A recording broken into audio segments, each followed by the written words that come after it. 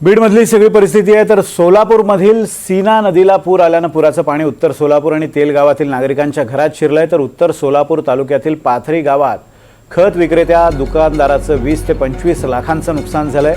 या पुराच्या पाण्यामुळे हे नुकसान झालंय। शेतकऱ्यांना आता कोणत्या तोंडानं उधारी मागू असा प्रश्न खत विक्रेत्यांना पडलाय। दरम्यान पाथरी गावातील खत विक्रेत्यांशी संवाद साधलाय आमच्या प्रतिनिधींनी सौरभ वाघमारे यांनी। शेतीला पूरक व्यवसाय म्हणून खत विक्रेत्यांकडे पाहिलं जातं। खताचा लाखोंची उलाढाल हे खेडेपाड्यातील खत विक्रेते करतात। अनेक शेतीसाठी लागणारे फळबागांसाठी लागणारे खत विक्रेते हे खत विकतात। सध्याचा जो चिखल झालेला दिसतो ना, ही कोणती माती नाही किंवा कोणतंही पाणी साचलेलं नाही। हा जो शेतात वापरणारा जो खत आहे तो पूर्णपणे विरघळला आहे या पुराच्या पाण्याने। पुराचं पाणी संपूर्ण या खताच्या दुकानात शिरलेलं आहे आणि हा चिखल जो आहे तो खताचा चिखल झालेला आहे। दादा मला सांगा की किती पोती माल आहे सध्या? सध्या 1300 पोती खत आहे गोडाऊनमध्ये। आता आम्ही 1000 ते 1200 पोती शिफ्ट केले पाण्याचा अंदाज बघून। हो, अंदाज बघून शिफ्ट केला, पण ते बाकी काढासोर पाणी तोडून आला दुकानाला लागलं तोपर्यंत दुकानाला। हो। किती लाखाचा माल आहे? आता 20 ते 20 लाखाचा माल आहे हा भिजलेला। हो। पूर आलाय, सगळी परिस्थिती भयानक आहे की काय कल्पना होती का असा पूर येईल वगैरे? नाही, एवढं कधीच आतापर्यंत आमच्या इथं गावामध्ये कधी इथंपर्यंत पाणी आलेलं नाही, त्यामुळे आम्ही तो निश्चित एवढं पाणी येणार नाही वाटलं। पण थोडं प्रशासन थोडं टप्प्याटप्प्याने पाणी सोडून एकदम पाणी सोडल्यामुळं सगळ्या जनतेला किंवा सगळ्या लोकांना त्रास झाला या गोष्टीचा।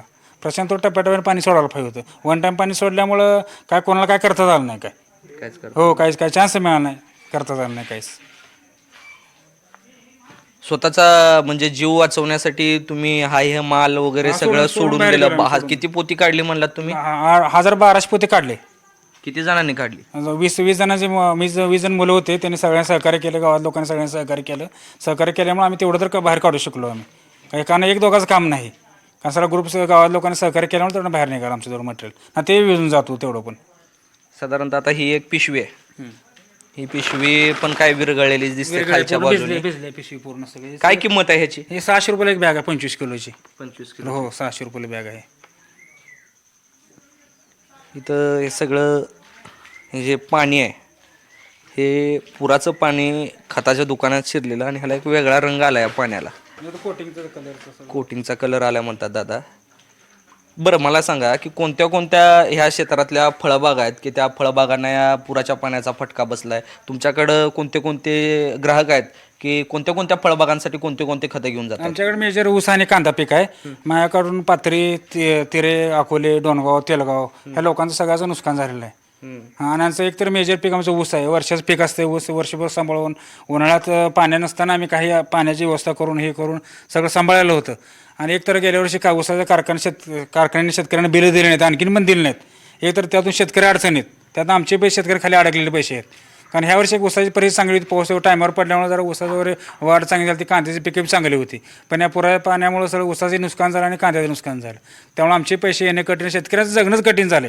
पैसे खाऊन येणार आहेत कुठून आता, हा प्रश्न मोठा पडला आहे सध्या। कारण ह्यातनं सावरण्यासाठी आम्हाला कमीत कमी 2 ते 3 वर्ष लागते। ते निसर्गाने साथ दिली, बाजाराभावाने साथ दिली, कारखानदाराने साथ दिली तर। कारण कारखानदार एवढे नालायक आहे की त्यांनी गेल्या वर्षी बिलं ह्या वर्षी पण दिले नाहीत आणखी।